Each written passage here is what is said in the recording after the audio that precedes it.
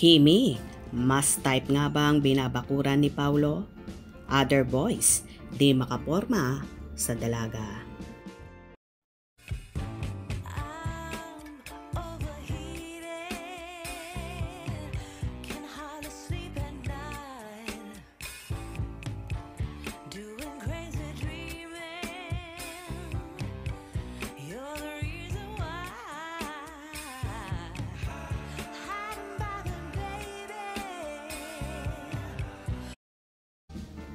Kaloka na nga ang mga kumakalat na ilang larawan na kuha sa shooting ng The Alibi series ni Kim Chiu at Paolo Avellino. May mga kuha kasi na tila magka-holding hands ang dalawa. Meron naman nagsasabi na grabe daw ang pagbabakod ni Paolo kay Kimi at halos hindi na nga umalis sa tabi ng dalaga.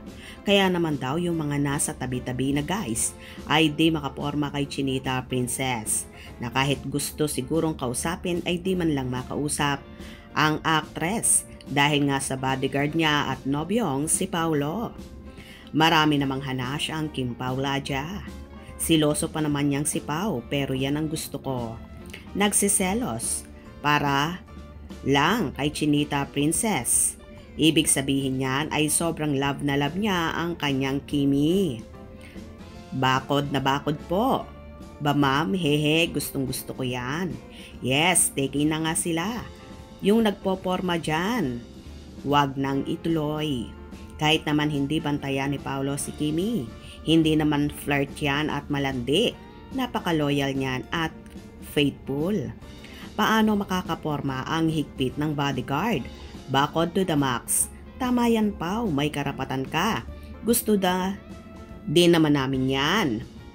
Kay Kimi, job well done, Pau Pau. Kaya nga ganyan ka seryoso si Pau kay Kimi. Hindi na makaporma yung may crush at dating manliligaw, kaya lang naudlot. Good job Pau, bakuran, para walang makalapit. Love you both. Kim Pau, alam na nila yan ma'am, hindi na talaga sila makakaporma. Bantay sarado ba? 100% taken na si Kimi. Stay stronger Kim Pau, happy to see you both. Abangan natin kung merong scenes na ganyan sa series nila. Pag wala, alam na this. Nagbe-vape dyan si Pau sa video. Holding hands, always caring and smile to each other. Kilig yan. Nakakahappy sa mata. Parang action drama ito.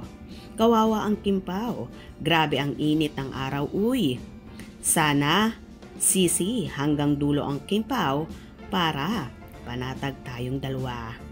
Totoo kaya ang mga sinasabi ng fanay na grabe ang pagbabantay at pagbabakot ni Paolo kay Kimi at gustong-gusto naman daw ito ng dalaga.